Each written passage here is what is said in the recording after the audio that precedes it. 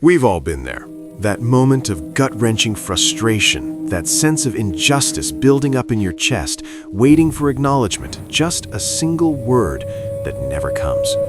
We're talking about that type of person who, no matter the mistake, the offense, or the pain they've caused, seems genetically incapable of saying the words, "I'm sorry." It's a phenomenon that's baffling, exasperating, and frankly, destroys relationships. But the truth behind this stubborn refusal is much darker and more complex than just bruised pride. It's a deep dive into the murky waters of human psychology, revealing traits that can be truly disturbing. To understand the mind behind the refusal to apologize, we need to peel back the surface layers and expose the underlying psychological mechanisms. This isn't just a character flaw, it's a manifestation of complex, often pathological internal dynamics that shape how an individual perceives themselves, others, and reality itself. At the most basic level, the refusal to apologize is tied directly to the ego. For many people, admitting a mistake is synonymous with weakness, with vulnerability. It's a direct threat to their self-image, which is often fragile and needs to be defended at all costs. In this context, the ego isn't a sign of confidence, but heavy armor hiding deep-seated insecurities. The very idea of "I messed up" is so unbearable that the mind engages in serious mental gymnastics to avoid facing it. But dark psychology teaches us that there's much more at play here than just a bruised ego. We are entering the realm of personality traits that are, at a minimum, dysfunctional, and in the worst-case scenario, dangerous. Let's start with narcissism. Individuals with narcissistic traits, or narcissistic personality disorder, NPD, live in a reality where they are the center of the universe, flawless and perfect. For a narcissist, apologizing would mean admitting imperfection, which is unthinkable. Their grandiosity is a construction so delicate that even a single crack is seen as an existential catastrophe. They don't just refuse to apologize, they genuinely believe they didn't do anything wrong. And if something did go wrong, it's always someone else's fault, or the circumstances, or even the victim's fault. Projection is their primary defense mechanism. They offload the guilt and shame onto others to keep their own image spotless. Plus, the lack of empathy, a core characteristic of narcissism, means they are incapable of truly feeling or understanding the pain they've caused. To them, an apology has no emotional value. It's just a social tool they'd only use if it brought them some kind of benefit. Going deeper, we reach the dark triad of personality: narcissism, Machiavellianism, and psychopathy. We've covered narcissism. Machiavellianism, on the other hand, describes individuals who are cynical, manipulative, and laser-focused on their own interests. For a Machiavellian, an apology isn't an admission of guilt, it's a tactic. If apologizing gets them something, like keeping someone around to be exploited or avoiding punishment, they'll do it, but without a shred of sincerity. However, the absence of an apology is the norm, because admitting a mistake could compromise their position of power and control. They view others as pawns in their personal chess game, and the idea of humbling themselves before a pawn is absurd. And then we have psychopathy, or sociopathy, depending on the terminology. This is the darkest end of the spectrum. Individuals with psychopathic traits lack conscience and empathy. They feel no remorse, no guilt, no regret. Their actions are calculated, aiming only to satisfy their own desires, with zero regard for the consequences on others. For a psychopath, apologizing is irrelevant, unless it serves a manipulative purpose. They might fake a convincing apology if it helps them trick you, control you, or get out of a jam, but on the inside, there isn't a drop of genuine repentance. The dark truth is that to them, the person they hurt is just a means to an end, and other people's suffering simply doesn't register on their emotional radar. Beyond these personality traits, there are cognitive distortions that prop up this refusal to apologize. Denial is a powerful mental tool. The person simply refuses to accept that they did anything wrong. Rationalization kicks in, weaving a web of excuses and justifications, always pinning the blame on external factors or the victim. "I wouldn't have done that if you hadn't" is a classic line. Confirmation bias makes them seek out and interpret information in a way that confirms their own innocence and everyone else's guilt.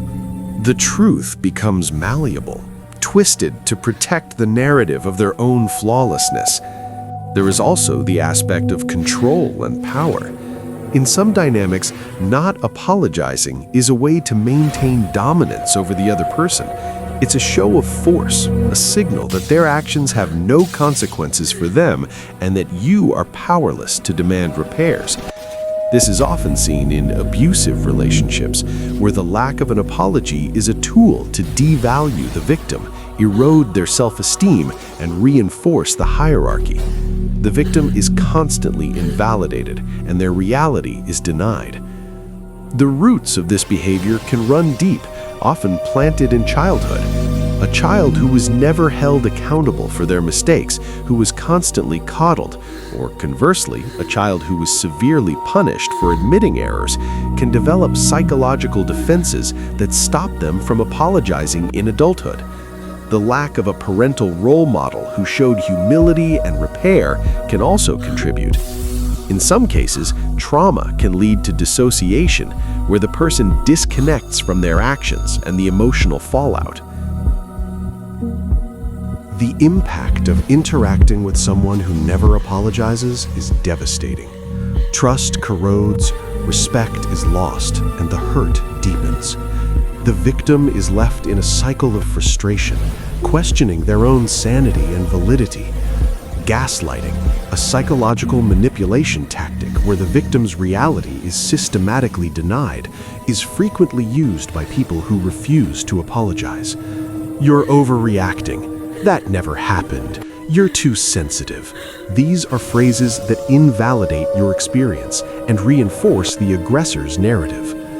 For those trapped in these relationships, it is crucial to understand that the refusal to apologize is not a reflection of your failure to make them understand.